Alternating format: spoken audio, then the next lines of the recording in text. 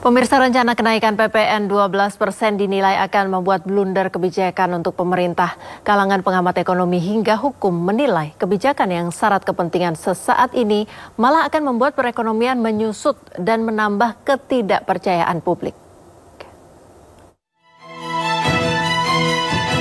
Kebijakan pemerintah terkait kenaikan PPN dipastikan akan memberikan dampak buruk bagi masyarakat maupun pemerintah itu sendiri. Dalam sebuah diskusi secara hybrid, Direktur Kebijakan Publik Selios Media Wahyudi Askar menjelaskan bahwa kebijakan PPN dipastikan akan mendorong dampak eksternalitas atau dampak negatif pada masyarakat menengah kecil. Selios menyebut bahwa penyusutan PDB nasional juga akan terjadi yang secara real akan dirasakan masyarakat kecil. Secara umum, dampak kelanjutan pasca kenaikan PPN juga akan membuat target pemerintah menaikkan rasio pajak semakin berkurang.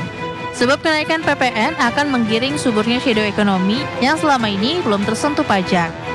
Kalau saya buka usaha sekarang, mending saya nggak daftarkan ke pemerintah. Kenapa? Ya saya nggak perlu bayar pajak gitu.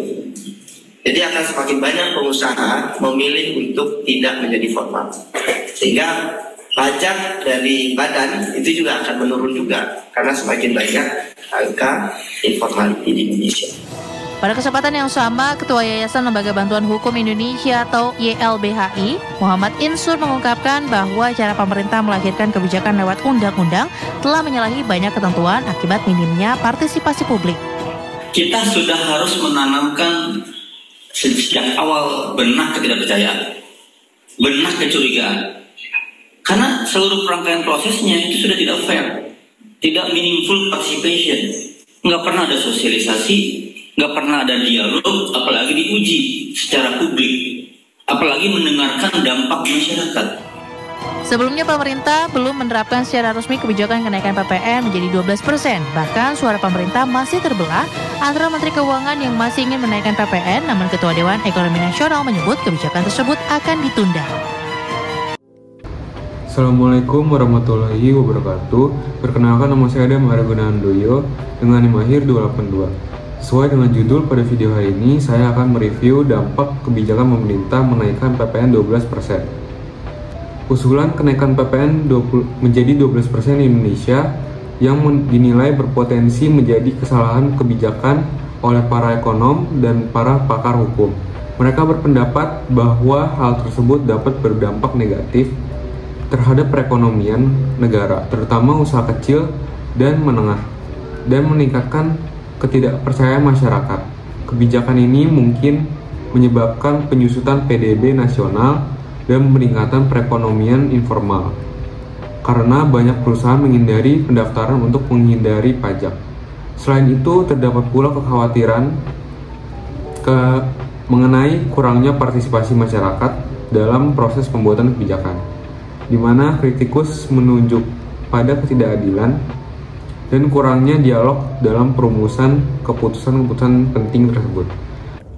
Selanjutnya saya akan memberikan beberapa poin-poin penting, yaitu yang pertama, apa yang menjadi perhatian utama terkait rencana pemerintah Indonesia menaikkan PPN menjadi 12%. Utamanya adalah kenaikan PPN akan menimbulkan tantangan perekonomian termasuk menyusutkan perekonomian, menurunkan kepercayaan masyarakat dan menimbulkan dampak negatif terhadap usaha kecil dan menengah. Lalu yang kedua, bagaimana dampak kenaikan PPN terhadap perekonomian formal dan informal di Indonesia? Peningkatan PPN dapat menyebabkan lebih banyak usaha yang beroperasi secara informal untuk menghindari pajak, sehingga memperkuat ekonomi bayangan dan mengurangi penerimaan pajak pemerintah secara keseluruhan. Lalu yang ketiga, apa dampak kenaikan PPN terhadap PDB nasional? Peningkatan PPN diperkirakan akan berkontribusi terhadap penurunan PDB nasional yang akan dirasakan paling signifikan oleh kelompok masyarakat yang lebih kecil. Lalu yang keempat, mengapa para kritikus berpendapat bahwa proses pengambilan kebijakan pemerintah memiliki kelemahan? Para pengkritik berpendapat bahwa proses pembuatan kebijakan kurang melibatkan partisipasi masyarakat, keadilan dan transparansi, sehingga menyebabkan kurangnya kepercayaan dan meningkatkan kecurigaan pada masyarakat. Lalu yang kelima, bagaimana posisi Yayasan Lembaga Bantuan Hukum Indonesia atau yang disingkat menjadi YLBHI terhadap proses pengambilan kebijakan pemerintah. YLBHI berpendapat bahwa pendekatan pemerintah dalam membuat kebijakan melalui peraturan perundang-undangan telah melanggar banyak peraturan karena kurangnya keterlibatan masyarakat sehingga prosesnya tidak adil dan kurangnya partisipasi yang berarti. Sekian dari saya, terima kasih. Wassalamualaikum warahmatullahi wabarakatuh.